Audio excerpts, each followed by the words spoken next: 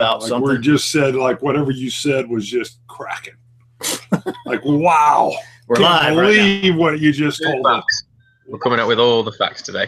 That's right. Whatever you do, don't say that to the fans when we're live. No, nothing. I keep that one to myself. That's right. All right, everybody, welcome to Whiskey Talk and Friendship. Yeah, I don't know about that. The Scotch Test Dummies. Who do we got with us? I'm Scott. Bart. And with us today, all the way from Manchester. Go ahead, Phil, introduce yourself. Hello, everyone. I'm Phil. I'm in charge of Whiskey Wednesday. I've been for nearly a year now, approaching. Right. And we've got a few samples that Aquavitae Roy sent us, and hopefully he's going to be able to tune in as well. He'll be correcting us on our pronunciation, I'm sure. Give it a shot, and then I'll yell out the patented opening. We've got two Dalwhinies. Wow, I would have said Dailuaine. A Flora and Fauna edition of Dalwhinnie, a 16-year-old bottled at 43%. Nice. We've got a Scotch Malt Whiskey Society Dalwhinnie, 11-year-old bottled at 60.7%. Like the sound of that one. And then we'll take a look at, if we have time, which we should, today's version of a 16-year-old Lagavulin. And Roy sent us a Lagavulin White Horse from the 1990s. We're going to test it. Super excited about that. And Roy is with us. He's in the comment section. All right. So, I got 331. I think you told me that already. 329. Wow. That smells great. Comments have already been rolling. I'm already behind. You should be. I think it's just all the hellos for now. No real questions yet. We did in the test run that I did with Phil. I did notice his upload is a little slow. His audio is really good. So we're working with it. Yeah, we're gonna work. It's all good. You betcha. Yeah, we're thinking on our feet. We're keeping on going. Bingo. All right, nose right off the bat. This thing's phenomenal. And this is the Flora and Fauna 16-year-old Dalwhinnie. It's a wonderful, wonderful whiskey. I was quite happy when I found out that Roy sent you a sample of this, because the bottle I'm using right now isn't actually mine. It's a friend of mine's, which he's lent to me. But I think in like the past 5 years, I've owned about 8 bottles of this stuff. Oh, really? It's really, really, really good quality. Really small distillery, not very well known, and I think most people will know of it for being used in the Johnnie Walker blended range, and they do a couple of special releases every now and then every year. Really old school distillery. I think, random fact of the day for you, I think back in up until the 1980s, I think they had was it copper? They had like copper condensers. So if you get anything sort of prior 1980 from these guys, it's quite sulfury. It's quite fiery. It's quite fierce. But now it's all sort of modern condenser units. They've upgraded a little bit. Well, tell everybody that doesn't know what you're doing reviews on YouTube on Whiskey Wednesday, but your day job is. Yeah, I am not today, unfortunately, because today I woke up with the world's most horrendous hangover, so I had to bail. Oh no. So unfortunately, I've not been in today, but I am the manager of a shop called the Whisky Shop, so it kind of does what it needs to do. We're quite a large company in the UK. We're an independent company, and I now run the Manchester shop. I've worked there for 3.5 years now. The shop's only been open for 4, so I've been there for most of its kind of existence. And yeah, it's rocking and rolling now. We've got a really amazing team. We've got some really cool stock. We've got loads of things open on a daily basis. So if you two do ever find yourselves in the currently very grey, gloomy, rainy city of Manchester, you can come in and try as much stuff as you guys like. Well, we'd love to be there now. It was 104 here yesterday. 107. 107. I do apologize about that. I'm a very small, very white guy, so I don't work very well in heat. Wow. Nor do I. Yeah, but I'm a large, very white guy, as was shown during the 12 hours of boom. Yeah, I like it wet. I like it cold. It's easier to function in that kind of weather. That's right. Yeah, and we both did yard work in the heat yesterday too, because we're dumb. I did. I had some my flower beds had been lacking, and I knew my neighbors were probably about ready to call the police on me. Yes. And so the wife and the you kids had lacking flower beds. Oh, they were brutal. Yeah, yeah. Wife and the kids were out of town, so my goal for Saturday was to get that done. I took it easy. I mean, I took several breaks. I drank plenty of water. Take any whiskey breaks? Had to go. No beer. Oh no, a couple beers. Was bad. But had to jump in the pool a couple of times to cool myself down, and like a little kiddie pool, little purple kiddie pool you had set up. Right. What do you got on the nose there? We cut in on you with our heat-related story. No. I always like a fun story about what goes on with you guys in America. Kiddie pools and a 107-degree temp. I can't even imagine how warm that is. So on the nose with this thing, I believe it is all matured in sherry. I don't think there's any bourbon influence to this at all. It's 43%. We can assume that it's chill filtered, and we can assume that it's got some unnatural coloring in there as well, just due to how big these bottles were back in the day. But with this, you're kind of thinking it's your classic big rich space area. It's Christmas cake, and it's white chocolate and dark chocolate and kind of raspberries, cherries, really kind of rounded stone fruits. Really, really, really rich and lovely. Yeah, definitely. I get like a birthday cake, and definitely that sherry raisin, those dark fruits. Absolutely. And it just really, I want to just keep inhaling. Nice vanilla cream. Yeah. Absolutely. Even with the absence of bourbon cask influence on this, you still got all those wonderful honeydew, creme caramel flavors going on with it. What else you got? I got my hat all kicked over here. I know you're reading comments, but raspberry. Did you get any? Yep. I love all those fruits in it. God, that does smell good. Although I think I would be hard pressed. I'm hard pressed on the sherry. I mean, I'm getting fruits and citrus. Really? Yeah, I get a lot of sherry. I guess it's the fruit influence. Yeah, is what I'm getting. Now I'm reaching for like the cocoa, the chocolate. Yeah. I get kind of I think I reviewed this on the channel maybe like a couple of months ago, and it always gives me that kind of. I don't mean this as a degrading quality to the whiskey, but when you get like quite cheap white chocolate and you can kind of taste the sugar granules in it, it's kind of granulated. That's what it kind of reminds me of a little bit. In the nicest way possible. Sure, it's delicious. Yeah, quite balanced, quite refined. There's nothing overly outrageous or kind of unexpected about it. And I think the beauty of the whiskeys like this and that whole flora and fauna collection was that there were some of them were significantly old. I mean, you had this Dailuaine 16. There used to be a Kalila 15-year-old in there, Clynelish 14 before it was officially bottled. Loads and loads and loads of stuff, and they're becoming more and more difficult to get hold of now. So I'm quite happy to have a few of these put to one side. And I know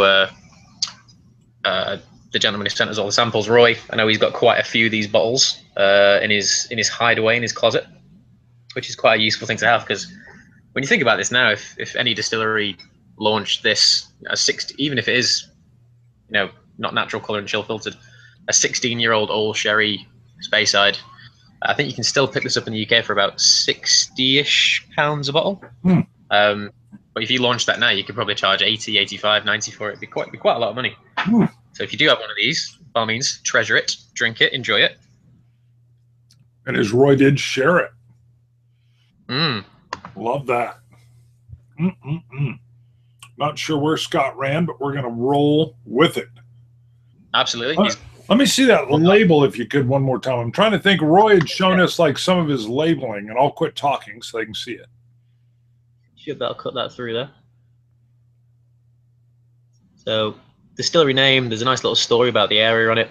And then I think it's a picture of a badger. I'm not sure why. I think each flora and fauna bottle has its own unique animal on the front of it, which is quite cool.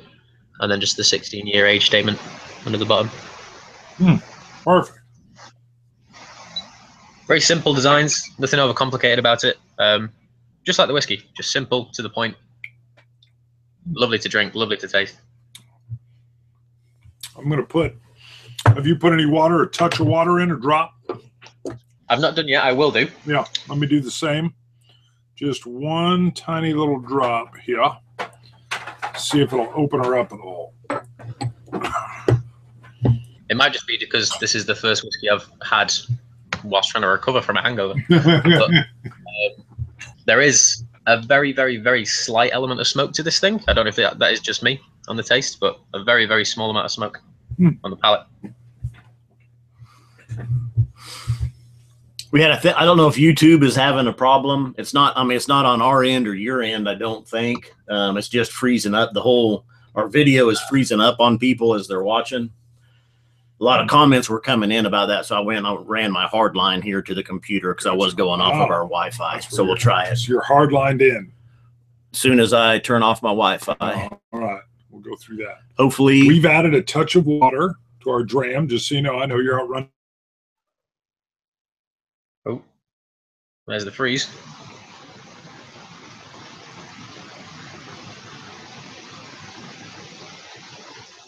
There. Nope, he's there. Okay. We're still good? Still there, guys. Still there. Beautiful, beautiful. The palate, the first drink I took of this, I can see why you've had about 8 bottles of this. Although I wasn't getting the sherry on the nose so much, it's definitely there on the palate, and it's delicious. Soft, sweet, nice kind of. There's slightly bitter elements about it, but it kind of all works in. If this was just really, really sweet, I don't think it'd be as enjoyable without these kind of nice bittery wood tones that run through the back of it.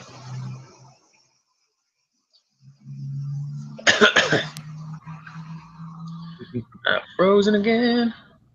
Let me turn this Wi-Fi thing off, see if it cuts through a bit more.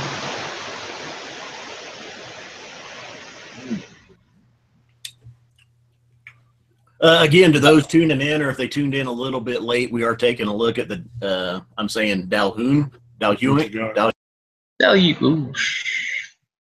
I'm gone.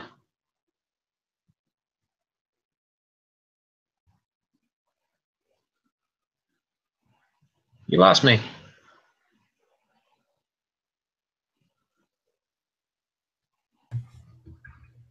We came back muted. Yeah. Now I dropped this mic here, I think. Wow, we just had a weird technical difficulty on our end. Yeah, everything seems to be running okay on mine. The weather's not great, but that shouldn't really be affecting anything here. No, you should be good. That was a weird one on our end. We hadn't seen one like this. I've got you guys back. Happy days. We're back now. It's showing there's two feeds to us. I wonder if it's because you went hardwired in. Well, I mean, maybe, but I don't think so. All right. Well, this one will be an experiment. That was interesting. Dailuaine. The Whiskey Rev gave us a little phonetic. Dailuaine. I think you got to say it. Dailuaine. Dalwhinnie. It's faster. We got very southern. Dailuaine. That works. I like that. Adds a bit more chunk to it. That'd work down in Texas real well. What are you drinking? Some Dailuaine? Are we okay? I think some comments are coming in. We're back. Basically, everybody was noticing the technical difficulties. Is the screen? Are we hopping back and forth when Phil is talking and when we are talking? Screen is still black. Somebody says. All right, hang on a second, Phil. We'll work through this. No, by all means, keep on going, guys. Yeah, Phil, you're coming in good, but it's weird. We've got what looks like 2 feeds. How about dropping that hard line back off? No, we're up and running. That's going to be good. No. Hello, guys. No. Nope. See, I don't think we're up here at all. I mean, we got audio. Phil's hearing us. I can see you guys quite clear. And it looked good on our end, but down in our little chat tray, we can see what looks like a carbon copy of us, which is very bizarre. So we're going to see what's going on here. You guys have just dropped off my screen for the minute, but I imagine you're trying to fix something, so it's all good. Right. We still got you audio. Are you putting us on audio only? No. All right. You're dropping the other one and trying to bring us back in clean. So first of all, I'm watching him work. That's impressive. Because I'm like, what are you doing there? That'll drop us. Nope. Just drop the one screen. There's still no us. Do you want to try a clean? Do you want to try a clean restart? send him the invite, bring it all back in. We'll have to log off, Yep. create a new video. I think we're going to try a clean restart and see if it'll do it. Okay, no problem, guys. I trust you. Okay. Everybody tuning in, apologize for the technical difficulties. I think they're on Google or YouTube's end though, but we're gonna kill this feed and start a new one. We're going to bring her back. We'll pick up right where we're at. All right, stop her now. Oh wait, Oh, no wait, what? we're back. They're saying got they us? had us before with the up close camera because they said they could see up your nose, Bart. Well, that's impressive. When that happens, you know we got gold going on right there. Okay, are we back now? Video's back. Claire the Third says it's back. Jerry Bartlett Okay. says it's We're going back. to hold it. We're holding. Okay, good. Keep on going. Good. No need to cancel. That was a save. The maestro.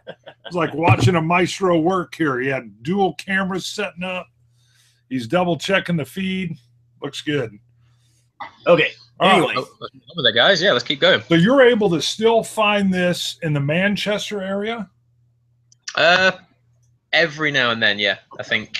No. Now I'm curious with the every now and then. Does that just mean like the distillery slowly parsing them out, or have they sold them out to? I mean, on our end, we'll have distributors that hold stuff. Yeah, we don't.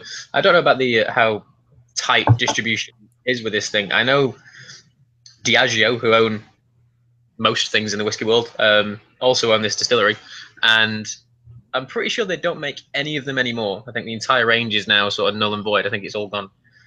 So between, if you take the area of Manchester where I work, we're not a particularly large city. We are kind of, if you compare us to London or Birmingham, we are quite small. So there's ourselves at the whiskey shop. We're the only kind of genuine whiskey specialist in the city. But you do have bigger shopping departments like Selfridges, Harvey Nichols. They do have whiskey and wine sections, and you can find it in there every now and then. But whenever we do a direct order from Diageo, because we just order straight from them, it's not on their order list anymore. So if you do find it in the wild, it's probably the last few cases of it, I'd imagine. So if you found it in the wild, is this one where you would like snatch up all 4 bottles, or are you just like, oh, I'll take one now and let some other folks? Well, I mean, is it that rare? It's not that rare. I think the last time I saw it, I bought 2 just because the shop had 2 left. So you can't really see it in the shop because this camera is not particularly widescape. But I've got a little cabinet behind me, and there's 2 bottles of it in there, just for future drinking in the years to come, because I know I won't be able to find it as easily as I could have before. And obviously, the thing that's most enticing about it, even if you've never tried Dalwhinnie before, is the colour of the thing. It's a wonderful kind of dark, rich copper kind of colour going on with it. And the first boss I ever worked with at the whiskey shop, this was kind of talked about in myth and all this kind of thing, because we never had it in. And then one day a case turned up with some of the Mortlach 16-year-olds, which I also managed to grab a bottle of. And yeah, the colour of this thing really pulls you in. It's very simple packaging, and it just manages to get everybody quite excited about the whiskey. Beautiful. Are we shifting? up there? Yeah. Yeah. Okay. More glasses. Good. Bart, do you want to score the flora and fauna? I shall not. Dalwhinnie. By the way, I have a history. I have a history of not scoring when we do the live sample tasting. Just saying. There's a history. How about a of it. range? Yeah. 70s. Well, I could go with 80? your scoring of like, 80 plus or minus 15. This all stems from the very first live show at the ton batch, or ton 1509 batch 3, and me not scoring it, and him deciding that somehow was not bold. Egregious. Yeah, it was egregious. You wouldn't even give a range. I'm like, Right. hey, just give me a range. No range. Nothing. I need to sit down with him and spend some quality time. You get another glass, or I did. Brand new glass. Good to go. No side influence. now? going on. So that was the Dalwhinnie 60 flora and fauna. Dalwhinnie. Now we're going to the Scotch Malt Whiskey Society's 11-year-old bottled Just version. give me the heavier. Whichever. At, Very precise pour. And it's bottled at 60.7%. I like that. The Scotch Malt Whiskey bottling number is 41.88. Very kind of cool company, the SMWS. I've actually never owned a bottle from them, but I've tried loads of stuff from them, and with Dalwhinnie being a personal favorite of mine, it was quite fun to be able to get hold of this. It's pretty cool. Yeah, 60.7%, purely based on color. We're going to imagine that's some sort of bourbon barrel, probably second or third full bourbon cask, maybe even a hogshead, might be a bit larger. Wow. But the smell on this thing is ridiculous. Beautiful color, beautiful nose, even with the 60%, nearly 61% alcohol. It's not particularly potent. It's actually quite gentle. Yeah, it doesn't blow you away. You can tell there's some higher ABV in there. Yeah. It's not going to take your head off, though, which is quite nice. Right. More floral Yeah. smelling, not as much of the like the vanilla cream and the berries on there anyway, or initially anyway. Much lighter. It's kind of like lime and lemon. It's a bit more citric. Yes. Very clean, very summery. And the beautiful thing about SMWS is, so 41 is a reference to Dailuaine itself. They're the 41st distillery that they bottled. I think number 1 is Glenfarclas or Bowmore. So if you ever see SMWS with 1 on it, it's Glenfarclas or Bowmore, I believe. And 0.88, I think, is the number of the bottling they've done. So this will be the 88th bottling of Dalwhinnie. I think that's right. I'm sure the comment section can probably correct me if I am wrong. And it's nicknamed the Champagne of the North, which does kind of lend its hand to that sweet, citric, probably slightly drying style. Cotton candy. I got a cotton candy on there. I just want to hear him talk more. The way you talk is delicious. Delicious. Oh, I'm serious. No, when we did that test run, I think it was this time last week, or maybe on like Tuesday or Wednesday. I was really I wanted to play up to the whole British thing. I was going to turn up in a suit, maybe like wear the bowler hat and that kind of thing. But no, I mean, every time we get different people from America or into the shop or Canada or wherever, it's always nice to hear the different accents and things. I love hearing people talk about whiskey in different accents because it really does spread the idea that it's a global product. Very much.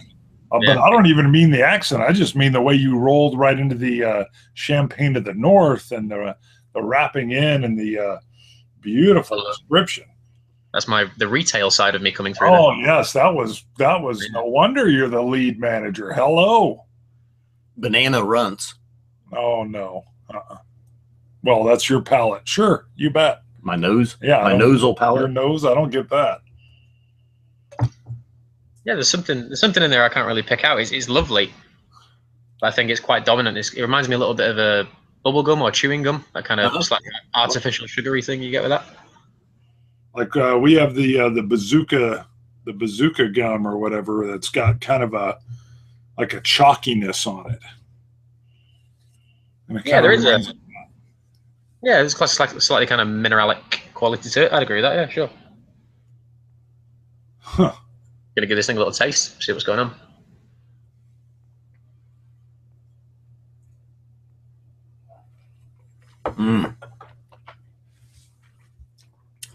Wow, that is really full. Wow.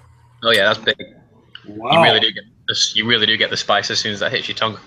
But again, not unpleasant. It's kind of it's beautiful. Yeah. So whenever I talk about sort of cask strength whiskey, especially to people who aren't big whiskey drinkers or only new into whiskey and that kind of thing, I think it's a very important point psychologically to just accept the fact that even if you have an experienced palate, that's still going to sting a little bit. I think it's a very important thing for people to just get their heads around, and then you kind of delve into different flavors underneath that. Yeah, wonderfully kind of dry and almost slightly savory towards the end. It's got like a herby quality to it, like rosemary or thyme or something. Not meaty, but certainly like a herb style. And it kind of bursts as it comes in and expands. Yeah. Got like an expansion.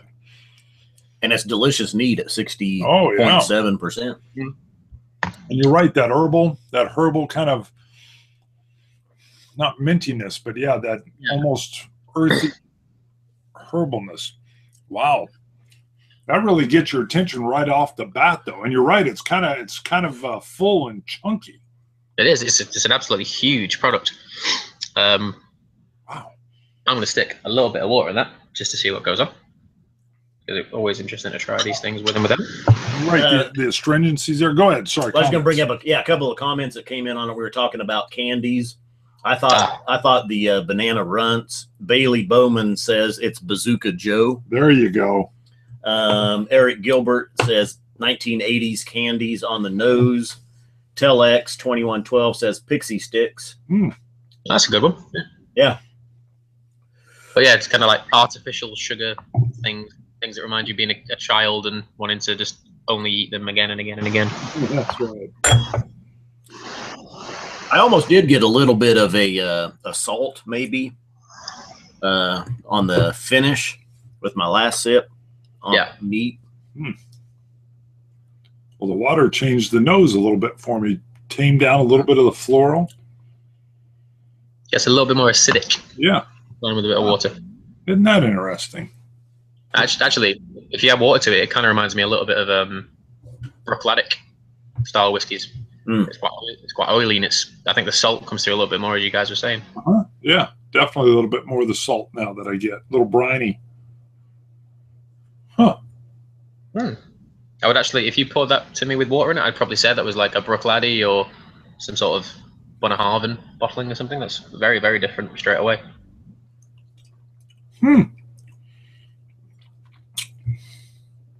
Now is try that with water. Dalwhinnie, is that then? Is the distillery still operating?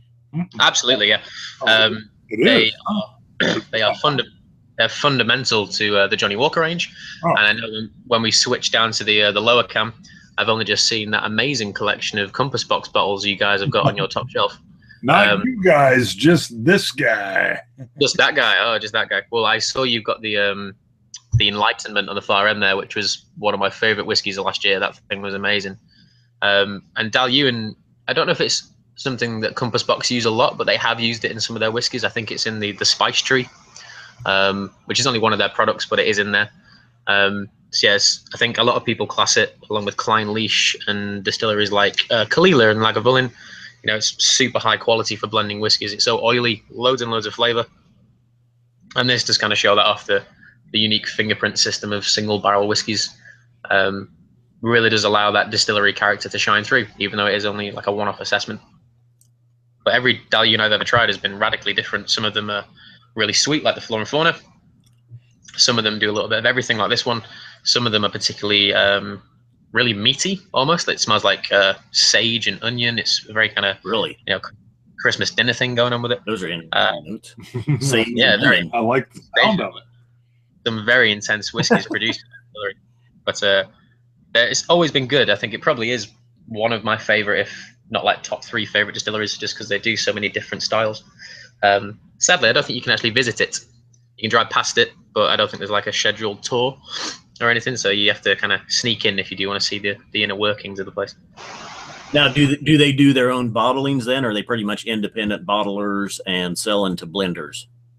I think the latter more than anything. That Flora and Fauna bottle, I think, and again, comment section, correct me if I'm wrong, I think that's the only official bottle of whiskey, not that they've ever done, but they've ever done in sort of our generation. I don't think they've ever done an official bottling outside of that. So yeah, independent bottlers like SMWS or Gordon MacPhail, Hunter Lang, or mainly in blending, so Compass Box or Johnny Walker, or like along all those lines. Which is a shame, but you know, Diageo own 28 whiskey distilleries, so most of them are going to get used for key priorities. As we all know, Johnny Walker is ridiculously large, like unfathomably large. I think to this point, Johnny Walker Black Label still sells 220 million bottles a year, or something like that. It's absurd numbers. Yeah. And then with the new Blade Runner film coming out, I don't know if anyone saw this today, but Johnny Walker released a limited edition Black Label bottling to go along with the new Blade Runner film. Looks really cool. I think it's the same whiskey, just bottled at 49%. But they're quite interesting to try. But yeah, they've got so much going on with Johnny Walker and most of their other big committed brands. So sadly, I think Dalwhinnie will always be put to one side for that, which some would see as a good thing, some might see as a bad thing. I just see it as it's just the way it is. It's what it's used for. It's not gone out of production, which is the best thing to hear. You'll always be able to find it in some capacity or another. You've got me on multiple notes. So Blade Runner, is there even a trailer out for it yet? Yeah, I think they're on their second trailer for Blade Runner now. I don't know though. See, I've been kind of avoiding some trailers just because sometimes I feel like they almost show too much. Yeah, but two of the guys who I work with, one of them is a film reviewer, and the other one is moving down to London to do his master's degree. And we actually had this conversation the other day. Film trailers that just show off far too much about a film, and it kind of means you don't even need to see it after seeing these trailers because you pretty much got everything in there. Yeah. But I think Comic-Con, San Diego Comic-Con was last night or this morning or something like that. And this morning I've seen the new Justice League trailer, the new trailer for Stranger Things 2, and I think Blade Runner launched another trailer as well. So I would recommend watching them. They don't give too much away, and it's just nice to see that old school king of sci-fi look coming back as well. It would be cool. Now, I went and saw Dunkirk yesterday. And I was... Thoughts? Oh, have you seen it? No, I'm going to see it probably next week at some point. My friend who's a film reviewer said it's probably his favorite ever Chris Nolan film, which is a big claim, but very big claim. Visually stunning, but I love World War II history, and I'm really into that. And I was really excited to see how it was going to be shown. But the way Nolan did it, you couldn't, well, at least I couldn't connect with like the individual characters. I knew all the backstory. Yeah. But apparently there's not a lot of dialogue in the film. There's not too much, and you don't really get engaged in the characters individually. It's kind of shown a little out of order on how they do things, but that's not as much of an issue as, I don't know, it just it felt more like a survival drama rather than a war movie. Yeah, I suppose it would have needed elements of both, especially with like the intensity of that situation those guys are in. Yeah, I'm quite looking forward to it either way. I think, Chris Nolan always pulls it out of the bag. Everything looks great. Everything always has an amazing roundedness to it. It was beautiful. Yeah, I can imagine. Him and Wally Pfister I think Wally Pfister is still his director of photography. Between those two, like, they can make anything look fantastic. They really can. Yeah, I mean, it looks great, and seeing the Spitfires and the Messerschmitts rolling around, I mean, that part was good. But yeah, I felt like I gave my wife a little backstory before we went and saw it, and thank goodness, because I think most people would have been like, "What exactly is going on?" So, but I think I'm quite into World War II history. Well, modern history is kind of like where I studied in high school and college and that kind of thing. And I think a lot of people know of the name Dunkirk, but they don't actually know what happened. I think it's quite a lot. It's the same in England from when people talk about the Vietnam War. People know what it is, but they don't know what happened, how it came around, how it lasted so long for nearly sort of 20 odd years. And it's from its infancy to when it finished. But yeah, it's good to know that, these things are still being talked about, as they should be in films, even if it is slightly, built up for the sake of a cinematic release. It's good to make sure that we've got it going on. Well, I mean, to be honest, too, going in, you would probably need like an HBO miniseries like Band of Brothers just with Dunkirk to really get the full feel of what's going on. Absolutely. It would work outstandingly as a miniseries. I do agree with that totally.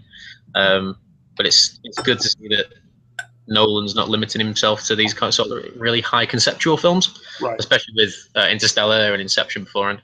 He's kind of bring it back to base now, and I'm kind of hoping he gets the James Bond job at some point. I think that would be a ridiculous. I think he's always said he wanted to direct one, but Quentin Tarantino said that as well. I don't think Tarantino will ever get the call to do a Bond film, although it would be outstanding if he did. That would be cool. When we're old, when we're 60. Possibly. I mean, Tarantino said he's only going to do 10 films, and he's. I think they announced number 9 is going to be like a Charlie Manson style film that he's doing. I think he's doing a Charlie Manson movie, which could be pretty intense. So if the 10th one, maybe it might be a Bond film. Probably not, but it'd be a nice way to end his career. Wow. I just caught the end of that. You said Tarantino's last one might be a Bond film? Well, he's hoping. Oh, he said he'll only do 10. Oh. And I think there's Steven Spielberg, Tarantino, and Nolan, Chris Nolan, all of them have said they've all wanted to do a Bond film. And with Sam Mendes doing the last two, and he's done some amazing films in the past, I think they are going more for the big director style now. They're bringing that in a little bit more, which is cool. Because I remember the films when I was growing up, things like GoldenEye and Die Another Day, they were great movies. Well, GoldenEye's a great film, Die Another Day, not so much. But it was all not very well-known directors. It was more about the star and the fact it is James Bond. But now they're bringing in bigger names to kind of put their own little stamp on these films, which I think is pretty awesome, because it kind of needed that to turn it around a bit. I can see James, if Tarantino did it, Bond will carry a samurai sword, and he'll be in search of a briefcase, a magical briefcase. It'll be something going on. I mean, if you ever got that call, I can guarantee that'll probably be like the most watched James Bond film of all time. It'd be like he'd call it Moonraker 2.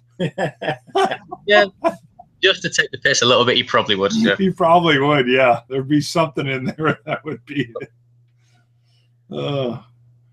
Now that's funny. Now this which one? What do you have here? I've poured to move on to the Lagavulins, Phil. I don't know if you're ready to move on to those. Pre-poured, ready to go. Bart, do you want to score the SMWS Dalwhinnie? Shall not. No. All right. I didn't think you would. No, I wouldn't. I like it. It's delicious. True to form. Have you scored? We had no. I need more time with it.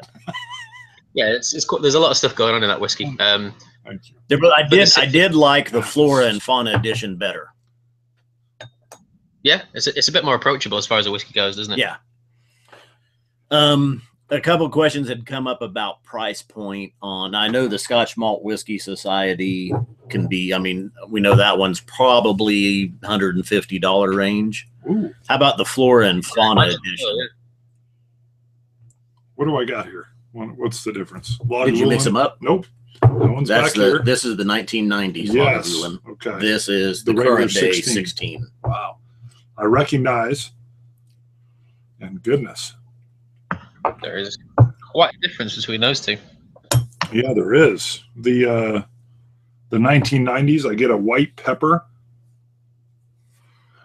So everybody that's watching knows, if you tuned in late, we have today's bottling of Lagavulin 16, and we have samples of a 1990s Lagavulin 16 to compare them. Wow. I can tell you the notes. I just smelled the sample bottle when I poured it, and the peat is almost more like a Lefroy or an Ardbeg peat. I mean, it's much more in your face and campfire-ish. I'm not getting that. Yeah, I get with the 1990s one. There is much more like a kind of rubbery style with that. I think the regular Lagavulin I've got here, I've kind of become accustomed to not really smelling smoke in that thing anymore. It's, you get like cinnamon and strawberries and really kind of lovely sort of diesel, petrol kind of flavors with it. Whereas this one, it is a bit more in your face, as you guys said. It's got a bit more attention to it. Well, it did out of the sample bottle. In the glass, almost not so much. There's a definite sweetness there underlying the peat, though, in the 1990s Lagavulin. That's interesting. Smell just the sample bottle. Just smell it empty. That's what I did. That's what I say. It really had a campfire. Yeah, I can see how it's different even in the sample bottle somehow. Like it's opening up more in the Glencairn glass. To answer Jazz's question, because I've realized I'm answering all the questions in the comments rather than on the video, so I should probably answer on the video. I think he wanted you guys to answer this as well. Top 3 whiskeys of the year so far. For me, I think I've only really got 2 that I've tried this year that are really amazing. One, which will probably be my whiskey of the year, was the Bunnahabhain Moyne Oloroso release. I would love to try that one. That thing was ridiculous. I managed to get a bottle of it, and I think there's only one company in the UK that's got any left right now. So I managed to find it for about £77. It's a 6 sherry casks, cask strength Bunnahabhain, all put together. Tastes ridiculous. And then in terms of my second favorite of the year, was something I reviewed on the channel 2, 3, maybe 4 weeks ago, and it's a Loch Lomond whiskey, which is a bit unusual, and it's a 16-year-old cask strength limousine oak whiskey, and it's got a little bit of peat in it, but it's got loads of kind of big, fresh, spicy flavors going on. Yeah, those two are the bigger hitters of the year so far for me. I've not tried anything else that's come close yet to those categories. I don't know, without going back to my list of what we've done this year, I was looking, I can tell you, I was really surprised with Lefroy Galore. That was what was on the forefront of my mind, because I even went to the liquor store and was going to get it, because I'm a Lefroy guy. And the guy was like highly disappointed, highly disappointed. You save your money.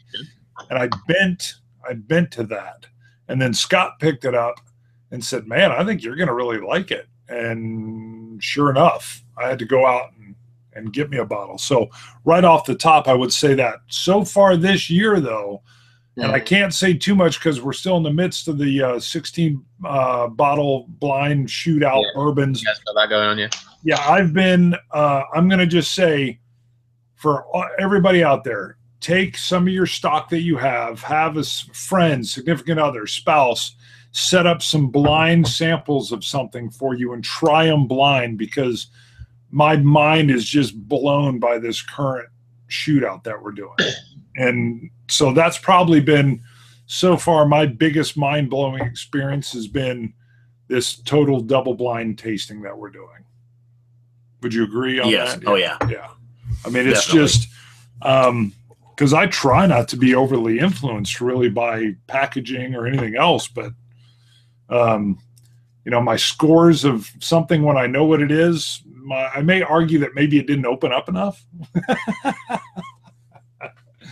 But that's probably been so far. I mean, we're halfway through, but this year I feel like, I mean, it was an eye-opening experience. Mm.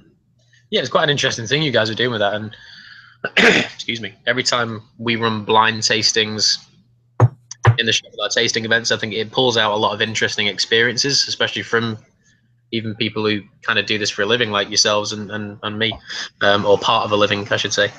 And just taking away the ability to see the bottle and know what it's from really does change your opinion on a lot of things.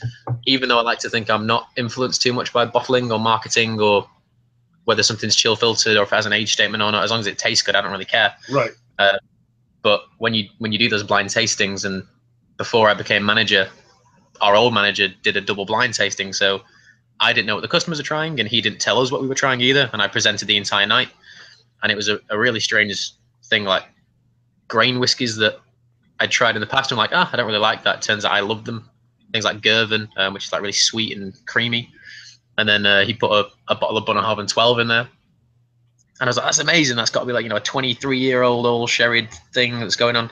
So no, it's just Bunnahabhain 12, you know, it's less than 40 pounds a bottle.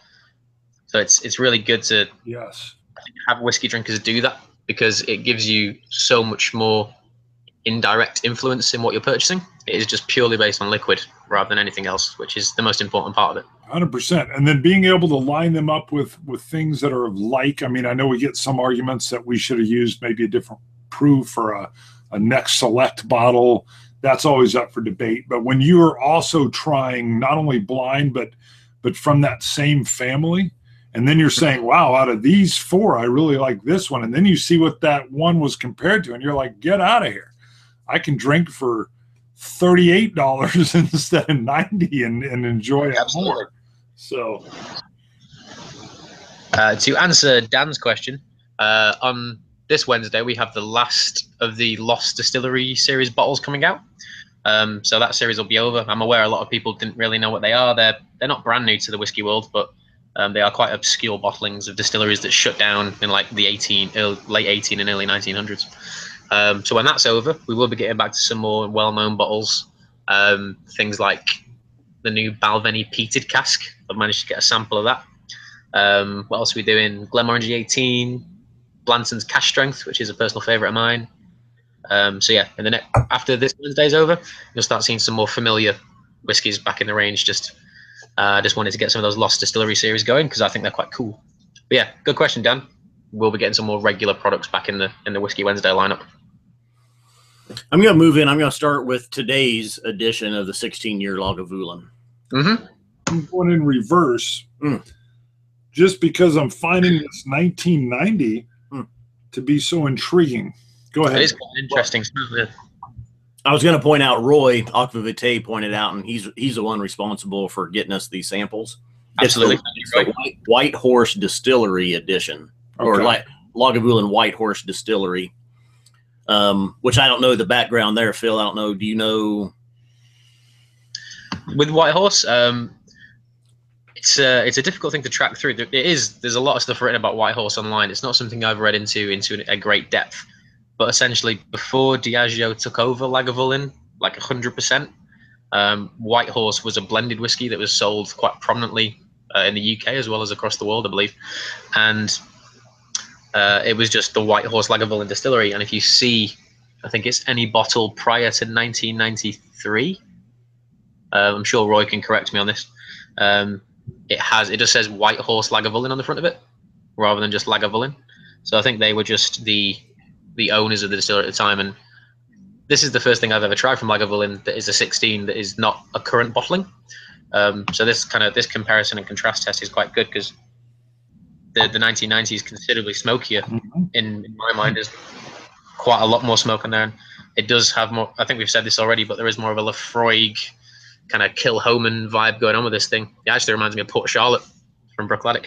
Really? It's rubbery. It's much more earthier.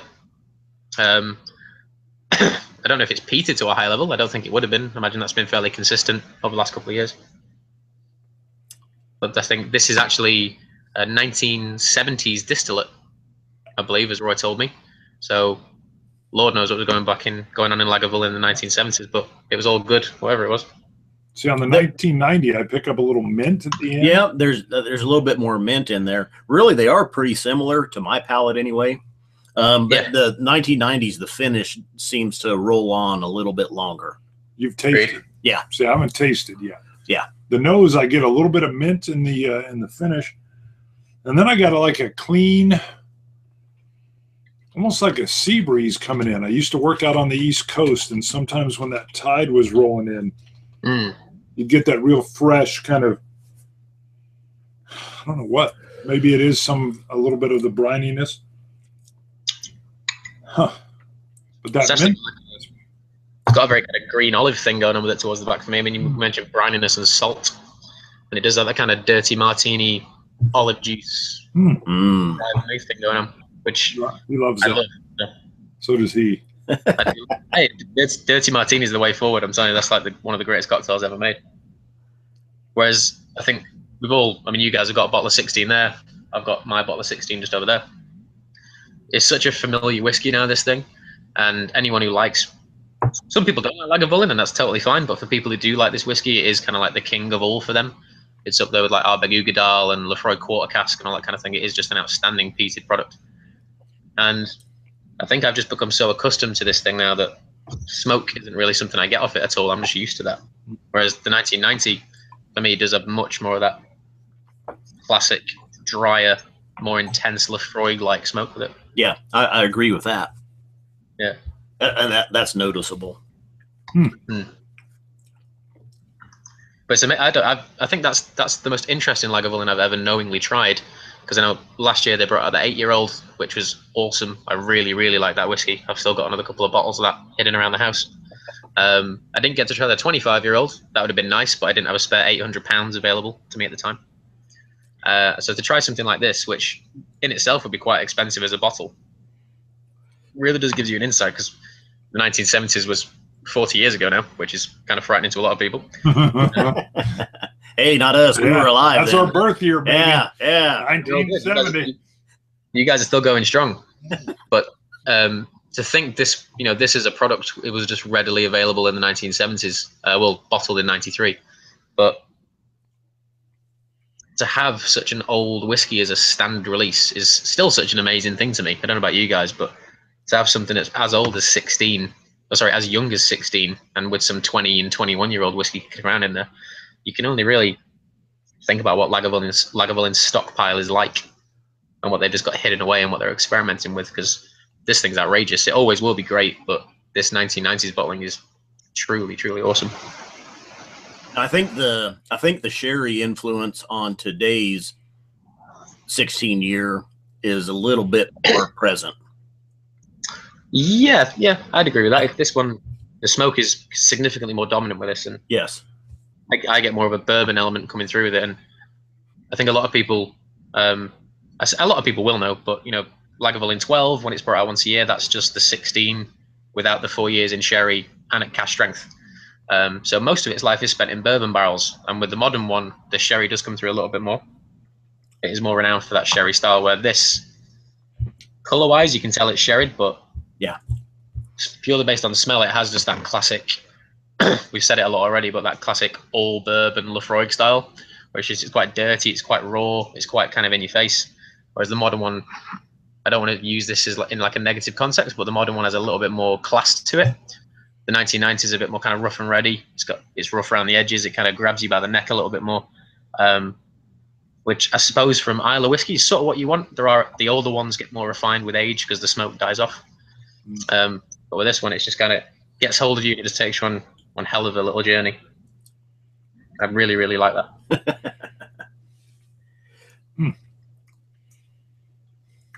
I'm going to be a bit sacrilegious and put some water in there. Oh, see what happens. Yeah, do that. I haven't done that yet. 43% on the 1990s, and I believe, yep, current edition is 43% as well. Wow. Bart, which way? What are you thinking? Which way are you leaning? Well, first of all, I always love Lagavulin 16. It's just so sweet and savory and smoky. I mean, I get those smoky it's not the punch in the face. I've saved a little bit of the 1990 to go back to because. Yeah, should definitely do that. I've done the same. Yeah. Keeping that to one side for a while. So let me add a little water. What kind of comments we got rolling in? Good ones. Yeah, a lot of people. Yep. According to Dan, Bart, you quite like it dirty and raw. Oh, way to go, Dan. That's New Jersey talking right there, baby. Dirty and raw. Hey, Phil, let's go back a little bit. And we talked about this when we hooked up just to run the test. But you haven't always been Whiskey Wednesday. The channel, no. You took over the channel. Oh, really? Well, I took over. It was almost like I was granted the channel to a degree. So the gentleman who got it up and off the ground and is pretty much responsible for most of its presence to this very point, even now, is a guy called Joe Ellis. And I'm talking about him in the past tense like he died, but he hasn't died. He's still alive. And he just got very busy with it. And he took it from 0 subscribers through to, I think, about 3,500 before I even took over. And that was 3 years worth of pretty solid work from Joe. He started it just filming in his living room.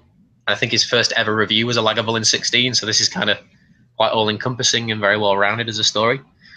And he took it, he built up, and he did some amazing things. He reviewed at the time the oldest whiskey ever bottled, which is a Glenlivet 70-year-old. He managed to get a sample of that. Wow. He did some really cool stuff. And I had the honor of working with him at the whiskey shop for a bit. For my first couple of months there, and he taught me so much stuff about whiskey. Still does to this day. He's a very influential force on my whiskey knowledge, is that man. And he just got very busy. He got a new job, and he just couldn't really keep up with Whiskey Wednesday and just the additional work it all takes in, because when Joe was doing it, he filmed it all himself, he edited it all himself. For the first couple of months that I was doing that, I was filming and editing everything myself. But now the channel, I've sort of taken it in a slightly different direction. With different production values, and we film everything in a really awesome bar called the Whiskey Jar. Love it. First of all, love it. Very jealous of your set. Yes. Yes. And again, that came about through pure coincidence. Before I worked in whiskey, I used to work in bars, specifically pubs. And before I was a barman, I was a chef for a little bit. And one of the chefs I used to work with now runs and owns his own filmmaking company. Wow. And he got in touch with me. And he just said, this is cool. Do you want some additional production value? And we kind of met up. We had a little chat. I know the guys who work in Whiskey Jar really well. So if Mike or Max are watching this, cheers, guys. You guys let me use the bar all the time, which is amazing. And it all just kind of came together. So Sean kind of helps direct and edit everything. Ed is our cameraman, and he's an outstanding cameraman. He's got some truly exceptional equipment and just knows his way. He knows how to make everything look beautiful, which I think is a cameraman's true need. And we've got an amazing sound guy as well. He's called Pete, who's worked on Captain America and a few other things. So they're really professional guys. They've gone around the block quite a bit, and they've got some amazing things on their CV. So yeah, they're in charge of all of it now. I just turn up with whiskey and glasses and talk, and then they do all the behind the scenes magic. So a lot of credit goes to them. And that's about what we need. Wow. We need to just show up, shoot it, and be done. Oh, that'd be great. People editing, doing sound. Yeah. I've got a 10-year-old. We could try it. It does take a little weight off. I mean, especially if you're working 5 days a week and you've got to get a video up every week. It can be quite a stressful situation, and you don't want to see it as a job. I think when you start seeing this kind of thing as a job, you start to lose a lot of interest in it. I would agree. Yeah, so you have to keep it fresh, and you guys doing this and the 12 days of boom and the blind tasting you guys have got going on, that does keep it very, very interesting and quite alive for us. And I'd imagine most of the whiskey reviewers and vloggers kind of do pay attention to what you guys do, because you're always keeping it quite fresh. We won't steal any of your ideas. Steal them. Oh yeah, no, Steal them. Yeah, we encourage it. Right. Do it. Yeah. But yeah, it's cool because I had to kind of okay everything with Joe first, because it was the channel is his baby. He brought it up most of its life, and I was like, "You okay with me doing this? Do you not get anything against it?" No, go for it. And he's really happy with how it looks, as long as we're talking about whiskey and giving honest views on things. I think that's all Joe ever wanted from it. And I answered a question very, very early on in the comments about this, but I am trying to get Joe in to do some reviews fairly soon. They'll hopefully be up before Christmas, so I'll bring him back, and we'll be doing some more kind of pairing up to review some more interesting whiskies that I've got put to one side. So you'll all see Joe again quite soon. Very cool. Hold on, I'm sneaking more of Bruno's standard 16. I'm going to point out I mixed my glasses up, and I wasn't sure which one was the 90s and which one was the current. You figured it out. As soon as I tasted it, I could tell. Yeah. Yes. Oh, you can figure it out straight away, yeah. Oh yeah. Went right. I mean, that tail end of that peat is down to so the last different. part of the 90s. I've added a bit of water, and it does have this more kind of caramel quality to it now, and bacon and all that kind of thing. It's got the kind of meaty smokiness has come out, a bit more barbecue. Mm-hmm. Now, bacon, spot on with the water in. like you pointed out with the White Horse edition, it's a lot more. It's more rougher. The peat more present. My preference, I think, is today's version of the Lagavulin. It's a little bit richer, a little bit sweeter. The sherry a little bit more present. That's me. I mean, that's me. So I would need. It's so individual, yeah. I would need 2 or 3 bottles, Roy, to really figure out what's going on here. I'm sure he can provide. Just kidding, Roy. Just kidding. One thing I have actually heard, because I've still not been to Islay yet. I've not done any of those distillery tours. I've done a few on the East Coast, but not on the West Coast. And apparently, if you go to Lagavulin, if they're quite busy, they sit you in this little room, which is like a fireplace and some leatherback chairs, and there's like a little cupboard and a little bar. And on the bar, they've got the 12-year-old, the 16-year-old, and the Distillers Edition. But apparently, there's like a little cupboard, and in there is like every Fay Isle bottle they've ever done open, some things like this, some early 90s style Lagavulin 16. So if anyone has been to Lagavulin in the comments, if you can confirm or deny that for me, because that's one of the reasons I want to go, just to see what I can sneak out of there. Yeah. And see what let me try. Yeah. Apparently, one of my good friends and one of my old managers said that if you can ever try, I think it was 1988 Lagavulin Distillers Edition, apparently that thing is truly, truly monstrous. So if you ever see any bottles of that lying around, be sure to pick that up. That's our high school graduation year. 88. Yep. Yeah, 88 is great. Was our slogan. Hey, I'm gonna test Bart here because I've got just a couple of sips left. I'm gonna see if he can tell me which one is the 1990s and which one is the current version. Okay.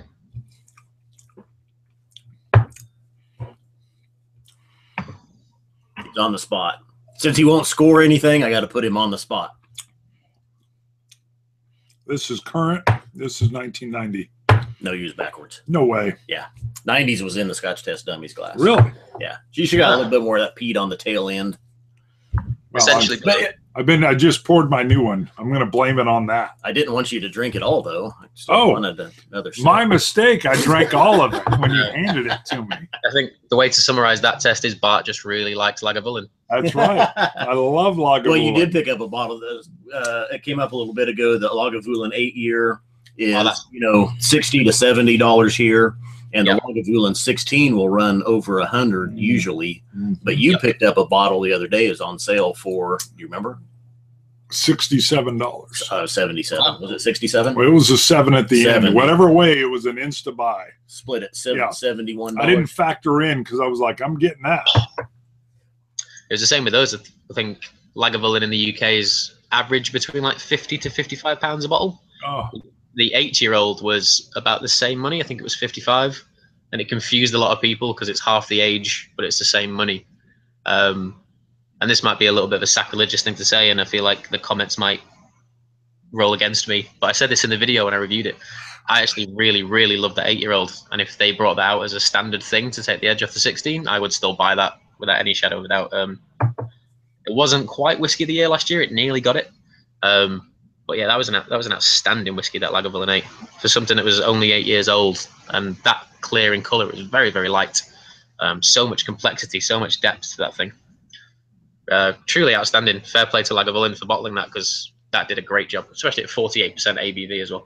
yeah. They may bring that back as a standard because it was phenomenal, and everywhere you turn, they got kudos. So. Hey, I was going to point out, Phil, earlier we were talking about dirty martinis. If you haven't heard me say it, add just a splash of a Lafroig to it. I mean, just like a few drops. Ah, okay. That's awesome. Get that smoky olive. Yeah.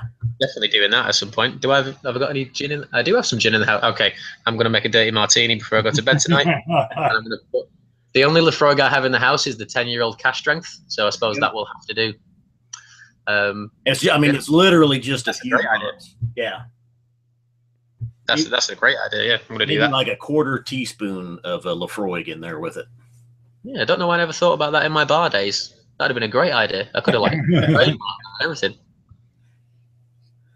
A lot of love for Lagavulin 8 in the comments, so that's good. Yeah, I do like to see that.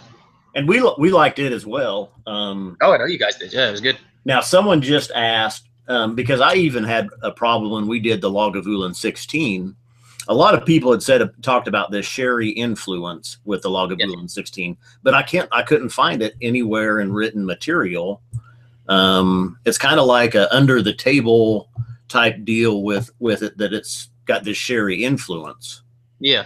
And someone asked in the comments if that's confirmed. There is a sherry influence with the Lagavulin.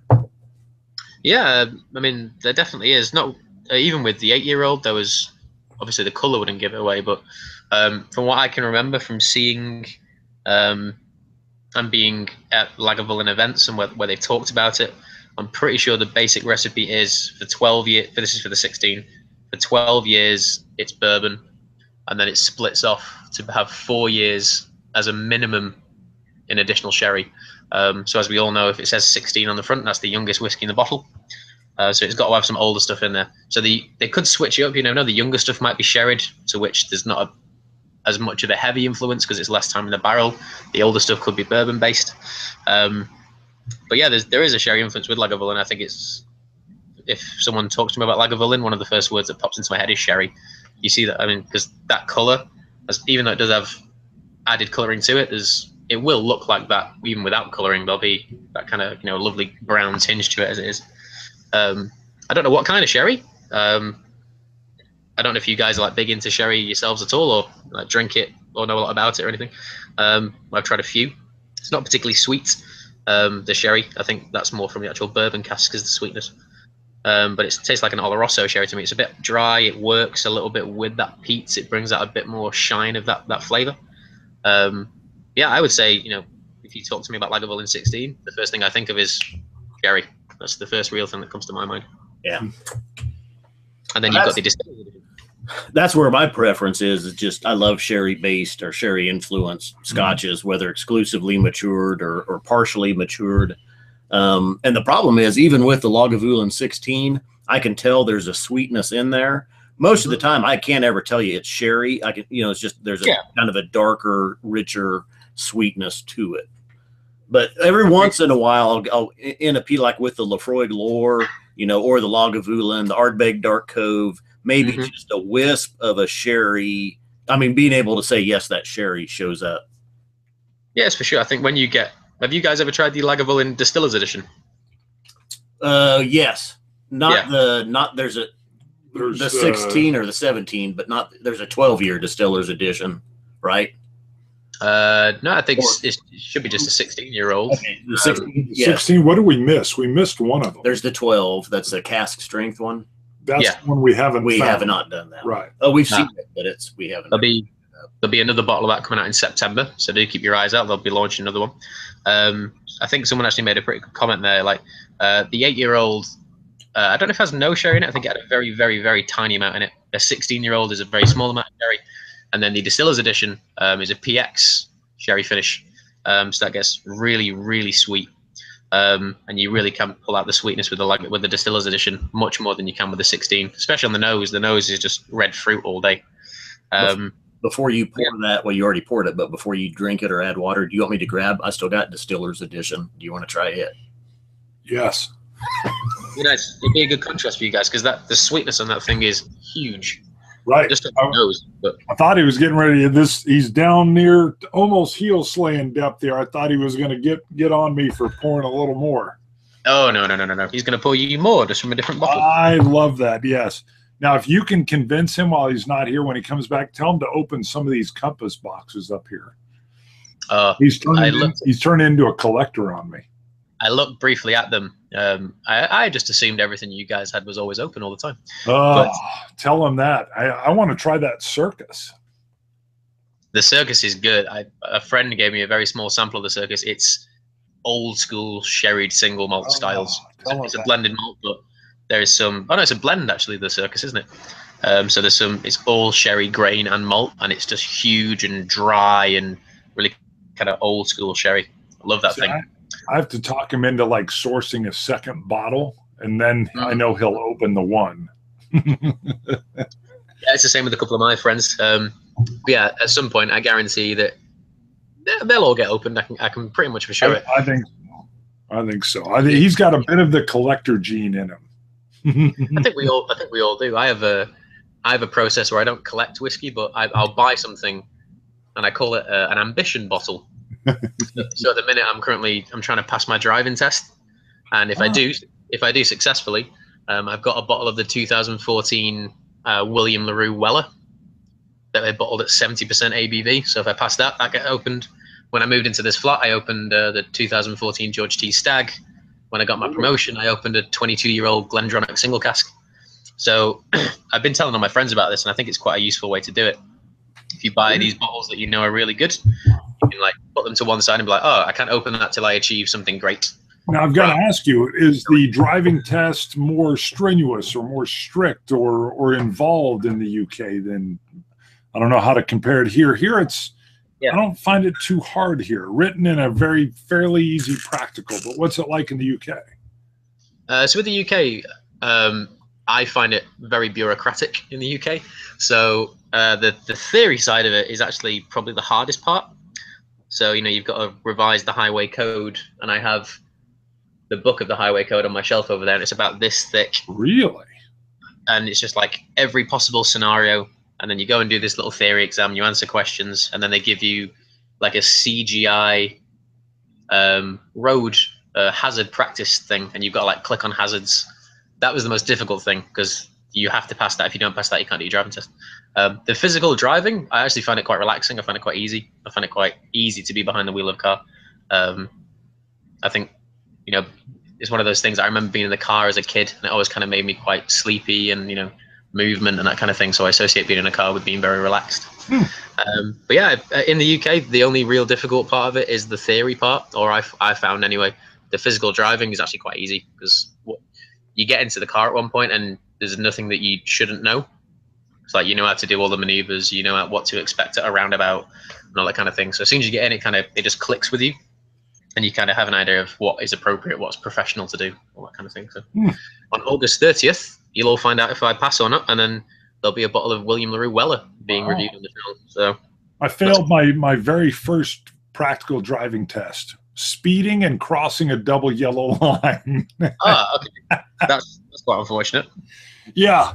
And I told the guy, I go, come on, man, I was backing up traffic. I had to pick up the speed a little bit. That didn't cover it. So I had to come back and take it the next week, and I followed the speed limit. I was getting honked at. and he chuckled at me, but I passed it the second time around. So that's good. That's good. This will be my first time. So I'm hoping to pass it first time. But they say if you pass it first time, you're actually not as good a driver.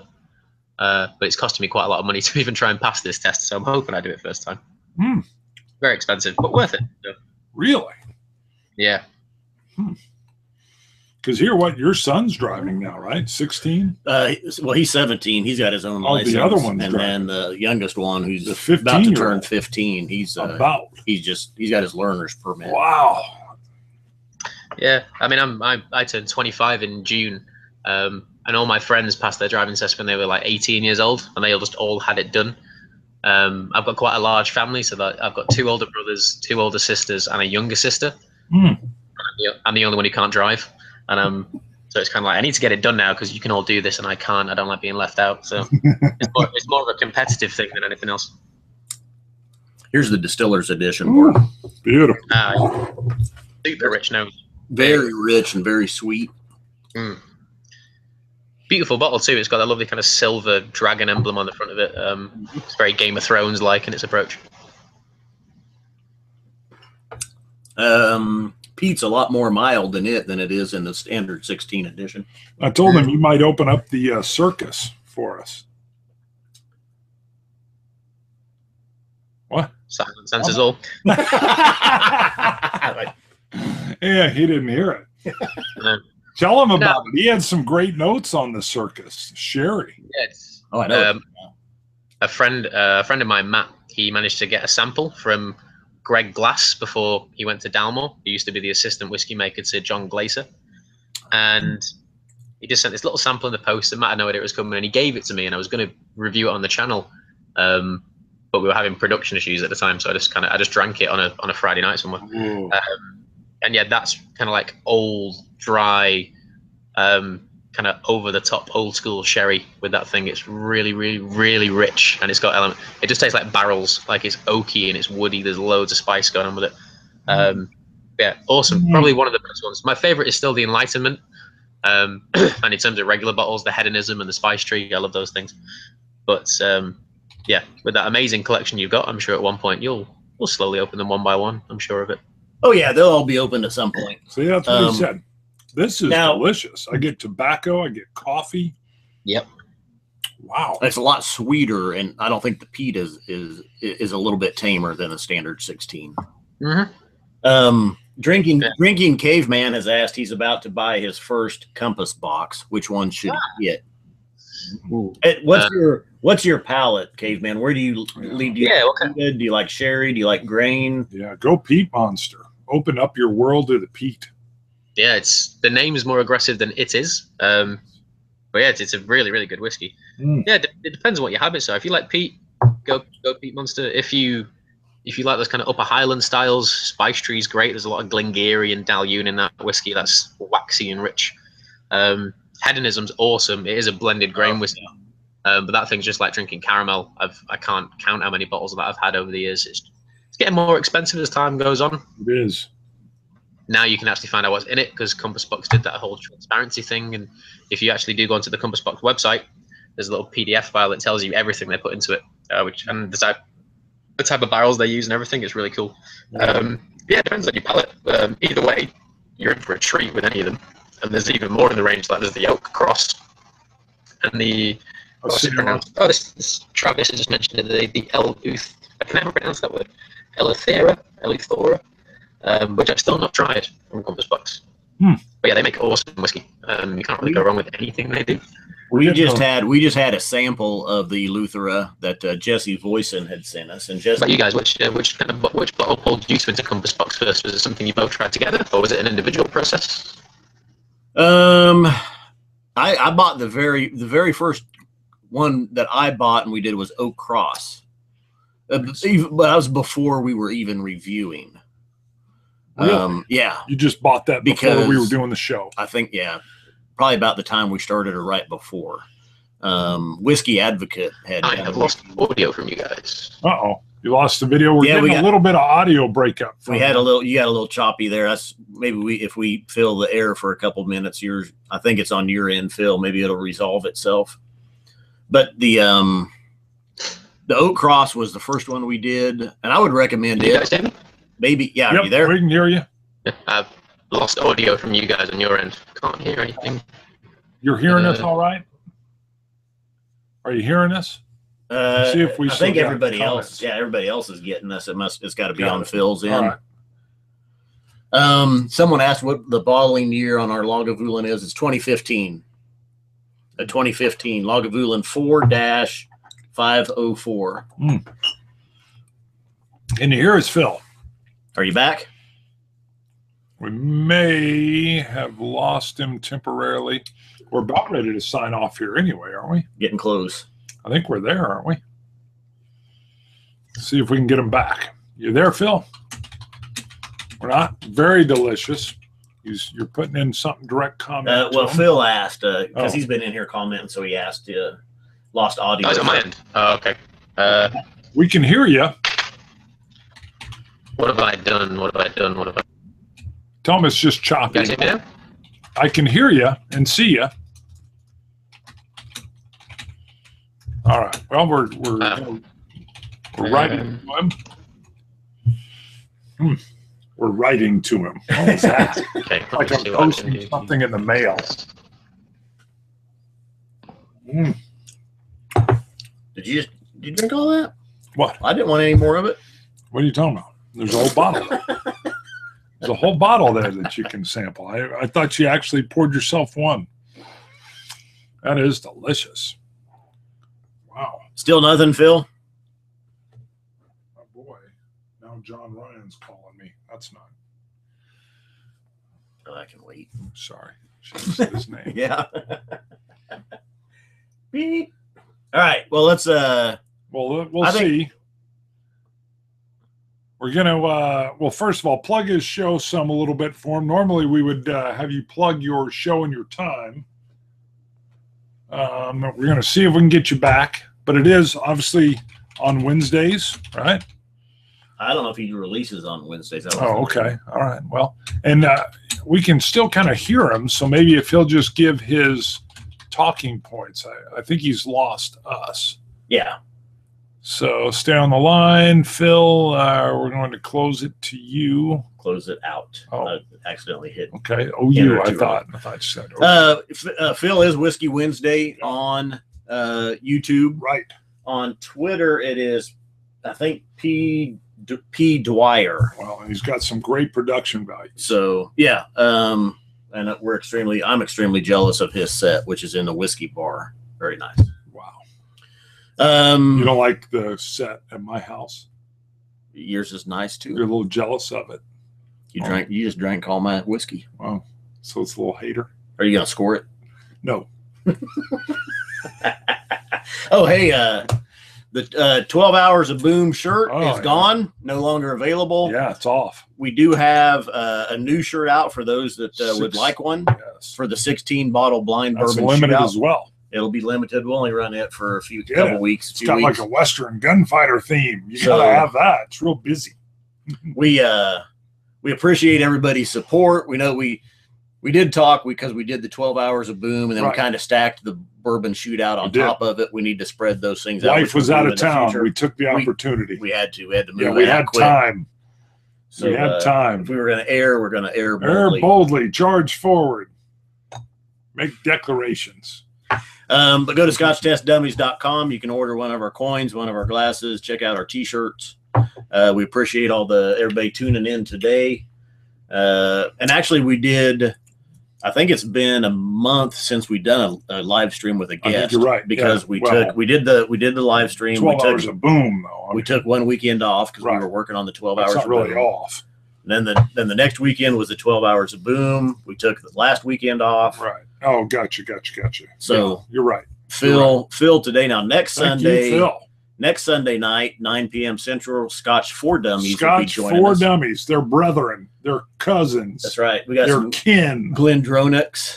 Dang near looking at. same name. Dang near same name. The next We'll talk Sunday, about that the next Sunday, or Right. the next Saturday. next Saturday. I think it's the 5th of August Right. at noon Central. This one's exciting. Single Malt Alliance. Hello.